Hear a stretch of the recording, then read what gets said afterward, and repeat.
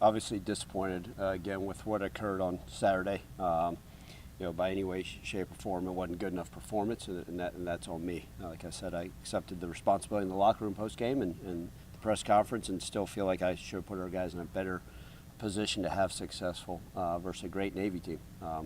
Clearly, they've improved significantly on offense and some of the stuff they were able to do with their triple option. Their quarterback did a fantastic job.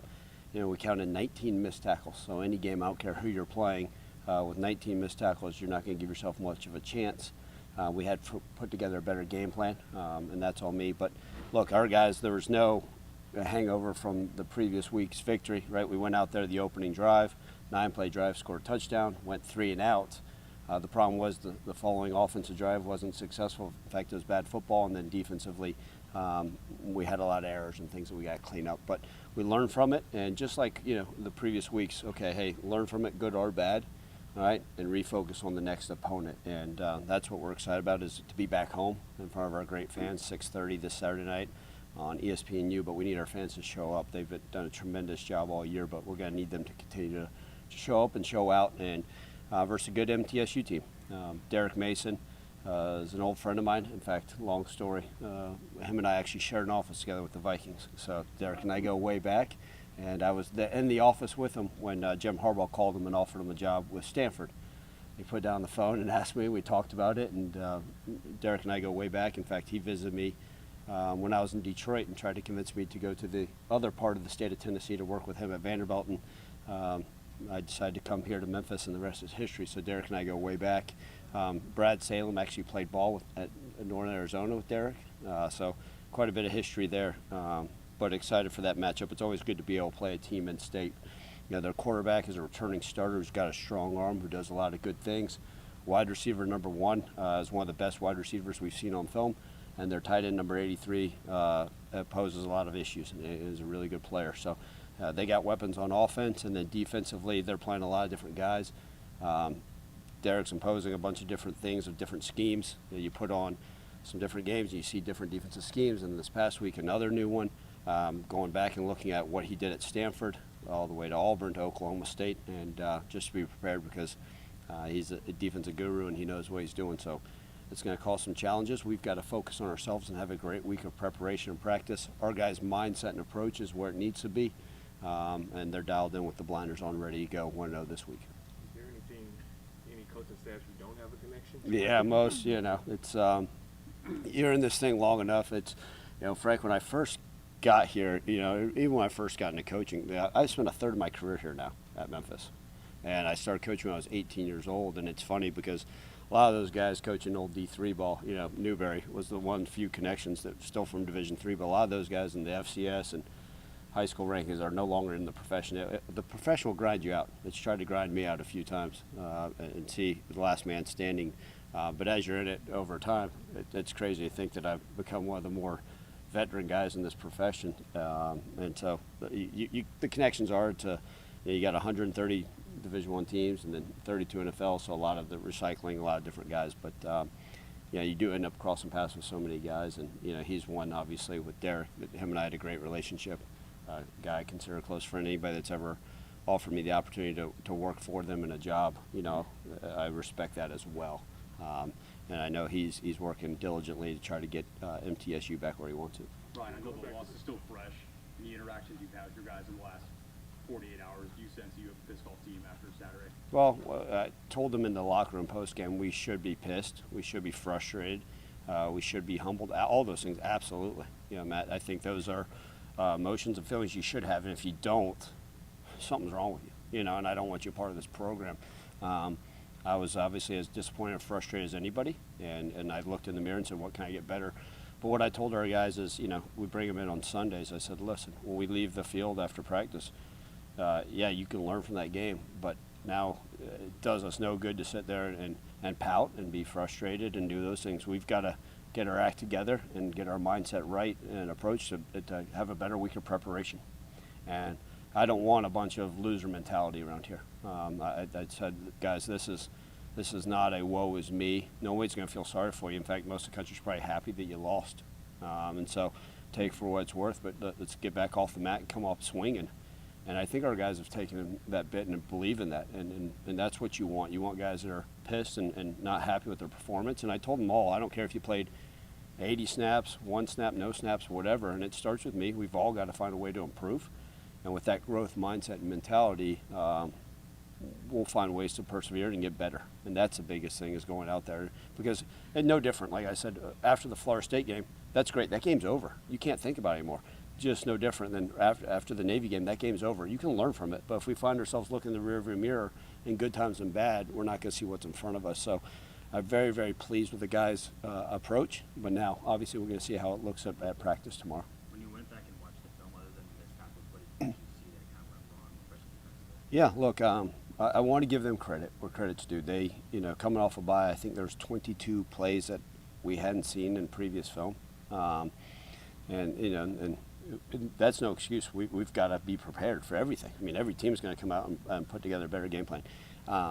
Like I said, I'll be the first to admit I probably didn't put our guys defensively in the right position to have success versus that offense. Schematically, those are the things. I think we got out leveraged on some things. We took some poor angles on some things that equate to some of the missed tackling. And I think it's a combination of being able to fit where you need to, right? And the biggest, Jonah, when you're playing those types of teams, one of our keys to be able to come out with a victory was to trust our eyes. And, you get caught up, you're looking at the fullback dive. Well, that's not your responsibility. You've got the quarterback. Well, then you look at the quarterback, but all of a sudden you see another guy coming across. But you got to trust your eyes. And I think our eyes weren't exactly where they need to be. And that's one of those things, because you say, well, you're not going to see another offense like that. But teams are going to, still pull different elements of an opposing team, whether it's offense, defense, or special teams, because that's what good coaches do, and then try to use them against their opponents. So our eyes got to be better. And all when it's all said and done, right, the tackling was the main thing, but a combination of us putting, and again, starting with me, not putting our guys in the right position to have success by the play call on the field. Coach, there's the big challenge, obviously, going from the Florida State offense you faced to this version of the triple option, which is more like a wing tee and all that. Now going back to conventional, is there also a challenge of getting the guy's mindset that, okay, we're not playing this offense, we're playing this type of offense? Yeah, Greg, I think that's this day and age in college football, right? I mean, I think we see so many different things nowadays, right? It's not, 30 years ago it was, hey, this is what teams are doing and this is what you get. And now these coaches have become so creative. You're seeing a wide variety of different things, of elements. And so, yeah, what I tell our guys, and no different than, offensively and special teams wise, every week's a whole new season. So it's like the old Men in Black. You still want to learn from all those things, right? You want to bank. You don't want to say, hey, guys, it's been a 3-year starter to forget everything you learned. Or a guy that, hey, we got hit on that 2 weeks ago versus Florida State. It could show up against MTSU. But it's the old, hit the erase button. Okay, refresh, reset, and go. And it's very unique, because one of the things in practice, we don't just go versus scouts. We'll do some crossover stuff. And literally sometimes in that crossover, it'll be, okay, Memphis offense is running Middle Tennessee's offense versus our defense, so they get a better look of the speed. So we will literally go up there and tell our offense, hey, you guys are running Middle Tennessee's offense off of cards or maybe a similar play call. Then we flip it around and we'll make sure that our defense understands, hey, you guys are facing Middle Tennessee right now. Then conversely, you go back and say, okay, hey, offense, now we are facing, even though Greg Rubin may be a starting safety for us, he's giving us the Middle Tennessee look. Hey, guys, you guys are facing Middle Tennessee's defense. And so you're constantly just trying to educate them and remind them of those things. But there's enough film study that they know that there's huge contrasts, especially in the offenses that we're facing. Coach, with Seth, he's a senior, right? You got the last drive because of interception. How do you kind of get his mind back?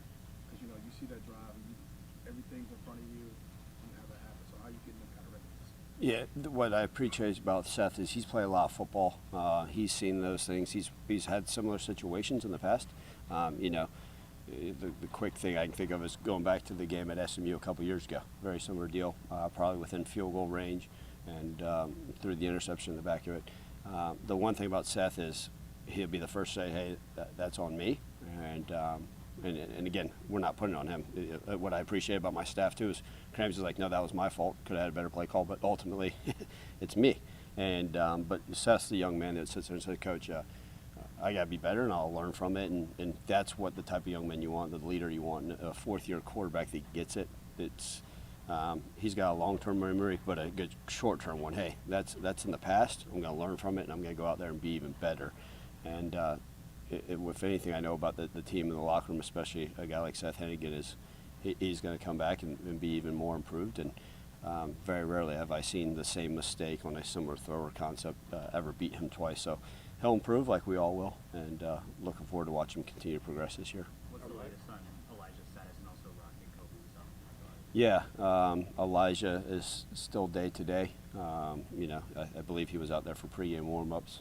And then Rock and Kobe are currently being evaluated. We'll get a good feel for how they are this week at practice. I don't think any of the three are long-term significant scares. So you had Shorter step up. In particular, you had even the freshman came in. Brady Clues. Yeah. What's your confidence level in those guys? Next man up mentality, right? Whoever's can or cannot go, willing and able, right? Next man up. And obviously, we've been fortunate to see what the running backs, that stepped up and have done a nice job where needed. And then same with the wide receiver. If you told me on the final drive versus Navy for the chance to win it, we'd have a 17-year-old freshman Brady Cluse out there catching a couple balls. I'd say, well, what about the rest of the cats? But you've got great faith in him. And he's a guy that came, graduated high school early, who's mature, who gets it. Jair Shorter had some good catches. So, look, whoever it is, it doesn't matter the position, right? Wide receivers, O-line, defensive backs, right next man up mentality. And that's our job as coaches as all throughout the week to make sure they're prepared. Because I always tell them, guys, you're a shoestring away from going in. And sure enough, those guys had to step up in a big-time environment. And they did some nice things. But, again, like for all of us, room for improvement. How important was it to see Brandon Thomas revert back to the old Brandon Thomas, especially with knowing that Greg DeLozier is going to be out? Yeah, look, Brandon and I have had a very close relationship and been very fortunate to have known the young man through, since high school and the recruitment process. And, he obviously everybody always go back to, don't ever forget about Brandon Thomas because he's a special talent and a great young man. Maybe his college career hasn't always gone the way he's wanted, and he'll be the first to admit it. Hey, some really good things the second year, and then kind of some maybe he didn't show up on film like we'd all hope, but he's always played a significant role and always been a great part of this team. And I think just the belief in himself and our belief in him and maintaining that relationship has allowed that young man to step up when called for. Because he would have just said, okay, am I going to be the short yards and goal line back and be a four-phase special teamer? Coach, you got everything I got. What do I need to do? But then we sat down with him and said, Brandon, we're going to need you to step up. Okay, great. And sure enough, that light went on, and he did a phenomenal job. But again, same type of young man that would sit there and say, hey, Coach, I could have done better. We didn't win the football game, so there's certainly room for improvement. But quite pleased with his effort. I think he did a lot of good things. We've got to continue to shore up some other stuff. But pleased with Brandon Thomas. I know he's excited to whatever role he's asked to do to continue to push forward. You guys had some guys, banged up at different positions. And before the season, you talked about the depth of this roster. Just how important is that coming into play with? Yeah, I was hoping we weren't challenging the depth going into week 4, but that's the nature of this thing, right? It's every year has its own situations. I'm not going to call them issues, right? Opportunities. Let's be positive here, right? Glass half full. So every season's presented different opportunities, and this one has presented some guys that are a little chipped up early in the season, and but that depth is going to be key. It's going to be key not only last week, this week, and then throughout the season moving forward, and hopefully. We want to take care of our guys and stay healthy, but we know injuries and things of that nature are part of college football. So the depth's important, but that just as important, Frank, is we got to continue to pull those guys up. I mean, there's guys that are on scout teams that sure enough will end up playing it later in the year. So we got to pour into every single person on this roster. Ryan, what's the message as far as it's easy for a coach to look at it day by day, game by game? For the players in the locker room are looking at your long-term, big picture goals and saying, we might be perfect from here on out. We might not have another bowl game. So keeping them focused on what's here and now instead of getting caught up in that stuff. Yeah, Matt, that's a challenge I think every college coach deals with. You hear, and again, I'm all social, but like when Notre Dame lost to Northern Illinois, the coach said, I think our guys started looking too far ahead or were thinking about the big picture. And I've had people ask me about, what about, Liberty and Boise? I don't care. There's nothing I can do about that. All I can do is control. And so generally the message you guys hear from me is the same message I'm sharing with our guys. And I want those guys to hear that message and what I appreciate about our guys, I think they bought into it and believe it. Now, do I have 100% buy-in? No, nobody in the country does, right? I mean, no corporation, I say all the time, right? Fred Smith is the best CEO in the world. I don't know if there's 100% buy-in at FedEx, maybe every employee but 2 of them, right? And we'll figure out those 2, right? Or whether it's Nike, right? Like there's certain organizations, and we're no different, but I believe we got the buy-in. So, Matt, I'm constantly just preaching, hey, guys, this is what's in front of us. This is what we have to take care of, and the blinders approach, and one day at a time. And I think just hearing our guys talk, when I start to hear them talking, it sounds like me, I'm like, oh, this is a good thing, right? And I want them to all be their own unique individuals, but the buy-in, I believe, is there. And you guys have seen it. We got this mantra, all in, right? And I think that part of that thing is just focusing on the now, right? That we talk about that in, and all in stands for now, and just focusing on the right now. And that's all we can do. That's all we can handle. We can't go out there and worry about future conference opponents. Literally the best thing we can do right now is find a way to prepare to the best of our ability for Saturday, and so we can go out there and hopefully get on the back in the win column. Coach, what was your take on the Kobe Drake catch, no catch in the end zone? Yeah, the officials in our conference do a nice job, and it's their job to make the right call. It also went to replay. I have my feelings on whether it was a catch or not, but it doesn't matter. My thoughts or feelings on that stuff. It doesn't. They get paid money to make the decision. They made the decision, and we're going to stick with it and live with it. I always say, if we had performed a little bit better, we shouldn't have put ourselves in that situation. So, over the years, there's just like people can question my play calling. We could question some of that stuff, but it neither here nor there. Kobe made a fantastic effort. He had a fantastic game. Unfortunately, they called it an incompletion after review, and we live with that result and go out there and find a way to execute and try to finish the game. Brian, is there a time limit? The one replay, not that one, but another replay, you guys are driving, and the shorter catch, that was the longest I think it took for any decision. It seems like they're fishing to try to find something, and it's not there apparently. Is there a limit? Are you told anything about these long replays? Because first of all, you're moving down the field, and now you have to wait and get Yeah, that's a great question. Generally, I feel pretty caught up on the rules. At one point, I thought there was a time limit on how long you had on replay. Now, maybe I'm getting confused with an NFL rule or something. But again, I don't know if there's, hey, it's 3 minutes and the buzzer goes off. I think they're going to do what it takes to find the right evidence, good or bad. And then a lot of it goes back to, okay, how much time was on the clock, where was the ball, all those things. But we certainly had quite a few replays at the end of that game, for better or for worse, and I think most of them didn't turn out in our favor.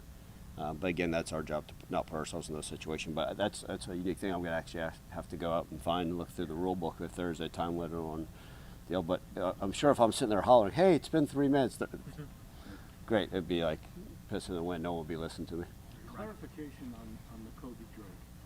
Feet are in, right? I mean, that's what they say. Mm-hmm. Control as he goes out of bounds? Yeah, they said he didn't maintain full control of the ball through the catch. So, we could argue till we're blue in the face and look at a million different examples. At the end of the day, they judged and ruled and overturned. They said there's substantial evidence that it wasn't a catch. So that's what they decided, and so we live with it and understand we had to go out there and still gave ourselves an opportunity to win the football game, and we didn't. Obviously, you're thinking about football. In the background the past couple of weeks, there's been a lot of talk about conference realignment with Pac-12. Tim Peretti was here last week at the radio show, obviously. You talk to Ed about this? Are you involved in those kind of discussions, or you kind of tell him like that? Yeah, so I do live in a bubble, and but I am well aware of those discussions that occur. A lot of those things at this point, right, are out of my discussion range. Really, I've told from the president to the board to the athletic director, like, man, my job is to get our guys ready for the season and week at a time. but what I do appreciate about our athletic director, we've had a great relationship. We've been very transparent with one another. We do have some conversations on things, but at the end of the day, my focus has to be what's occurring in this building, and whatever happens with that stuff, all aboard and let's go.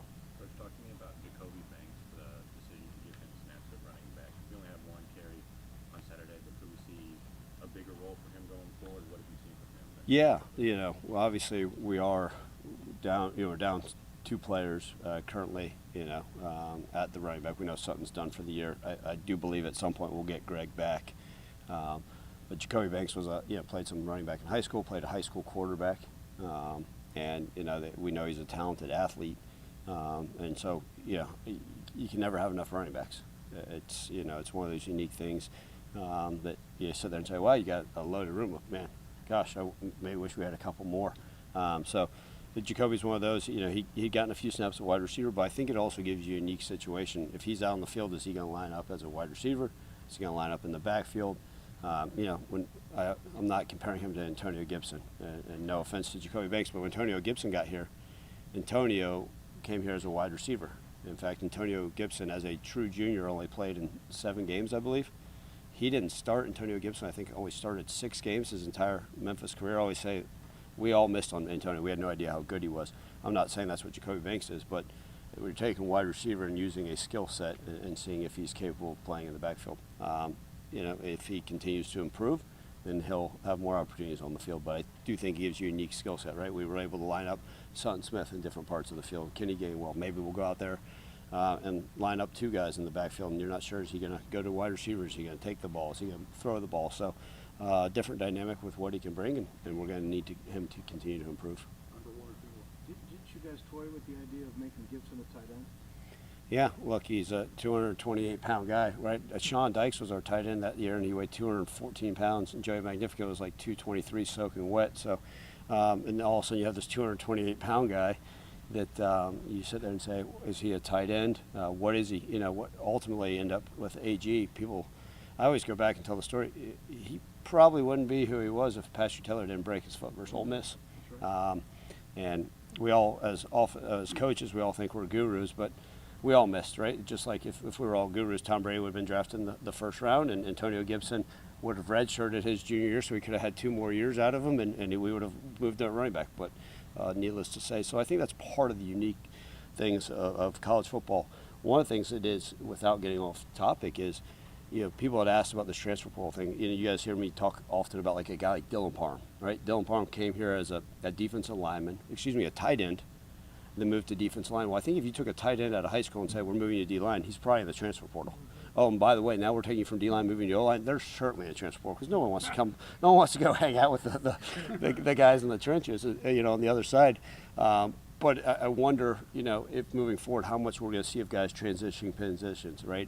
J.J. Watt went from tight end to D-line, guys like that. So I kind of got off tangent with the Jacoby Banks deal, but how much of that flipping of positions is going to occur moving forward, which has been significant for some guys in this sport. Defensively, is it easier to move forward with confidence given how well they played the first 3 games and how unique the Navy offense was compared to what you're going to see the rest of the year? I think so. And so I sat down with the staff, and sometimes the message to the players is the same message I gotta give the staff. Right? It's my job to lead all 200 people, not just the 125 players. And so when talking to the staff, and Coach Hankins has done a phenomenal job. His group has done a great job.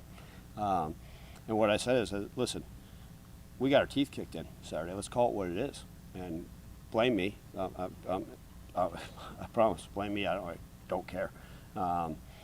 Unless Devin Walker sends me a tweet, I don't read any of y'all's stuff. So, anyways, all that being said is, what I told Coach Hankins and I told the defense, I said, don't lose your edge, right? Don't lose because I think that what we saw from the defense the first 3 weeks is a great sense of pride. And we're always about the team, right? You're always unique about positions and all those things. But I think for the first time in a long time, we saw a lot of pride in our defense, right? They've been using this term dark side, and this coming together that believed in themselves, and guys with the confidence. And so what you don't want is one game to totally take the wind out of yourselves and say, man, we can't play defense anymore. We can, and we will, and we're certainly capable of. And you got guys like Chandler Martin, those leaders on the defense, Camonte Hamilton, Greg Rubin, guys that saying, look, we know we're good at defense. Man, the only way we can prove is by going out on the field on another Saturday and showing. So we're humbled, certainly, and I'm not saying we're overconfident, but now we still need to have our edge about ourselves and our confidence and a sense of pride. But you do that by preparing the right way, and so you can go out there Saturday and put your best foot forward. Thanks, Coach. Thank you, guys. Appreciate y'all.